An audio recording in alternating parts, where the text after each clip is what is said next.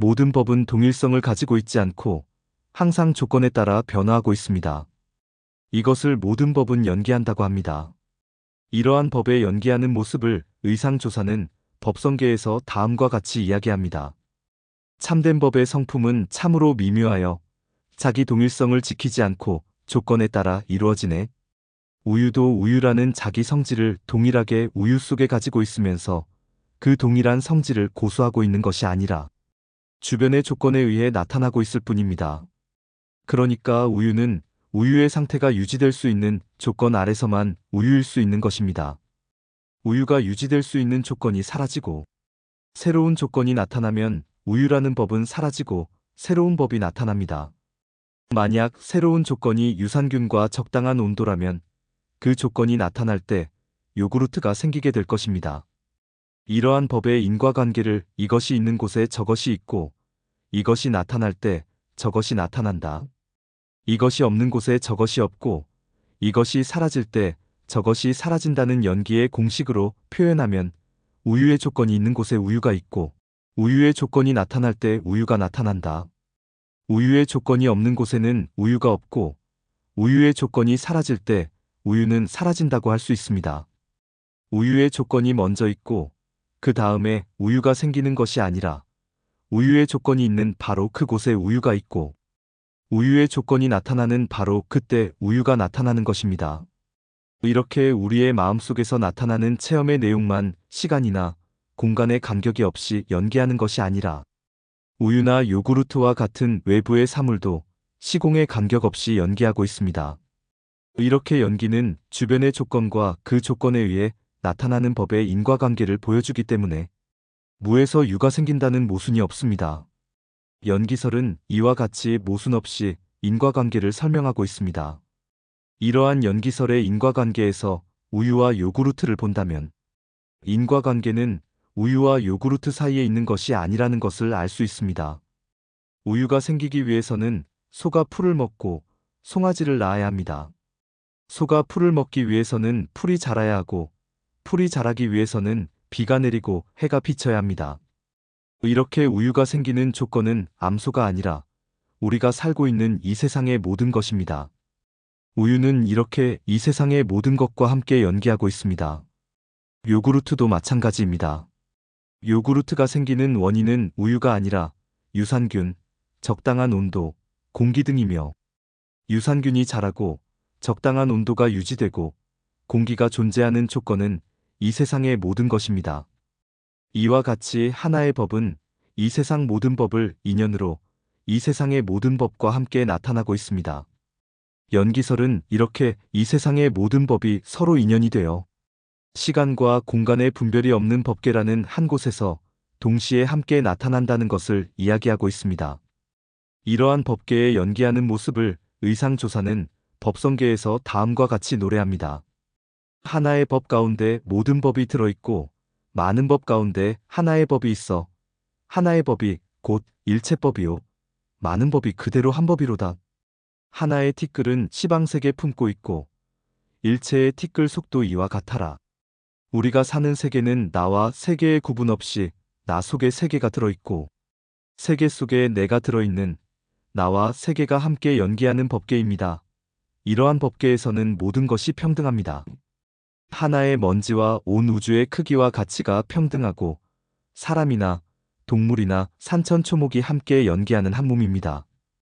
이러한 법계에서 우리는 허망한 분별심을 일으켜 시간, 공간, 존재를 분별하기 때문에 서로 투쟁하는 가운데 늙고 병들어 죽어가는 것입니다. 지금까지의 이야기를 듣고 여러분은 이렇게 의심할 수도 있을 것입니다. 법계는 우리의 마음과 상관없이 연기하고 있는 것이 아닌가? 그렇다면 모든 것은 우리의 마음이 근본이 된다고, 즉 일체유심조라고 할 수는 없지 않은가? 이러한 의심은 법을 외부의 사물로 생각하기 때문에 나타난 것입니다. 우유나 요구르트와 같은 모든 사물은 우리의 마음에 우유와 요구르트로 인식된 법이지 우리의 마음과 상관없이 외부에 실제하는 사물은 아닙니다. 즉 법은 항상 마음과 함께 연기합니다. 따라서 마음이 있는 곳에 법이 있고 마음이 나타날 때 법이 나타난다고 할 수 있습니다. 법계는 시간과 공간 속에 존재하는 존재의 세계가 아니라 마음에서 연기한 법의 세계라고 할 수 있고, 이런 의미에서 법계는 곧 한마음이라고 할 수 있는 것입니다. 이것이 일체유심조의 의미입니다. 법과 법계의 의미. 우리가 사는 세계는 존재의 세계가 아니라 법의 세계, 즉 법계입니다. 법은 항상 마음과 함께 연기하기 때문에 법계는 마음의 세계입니다.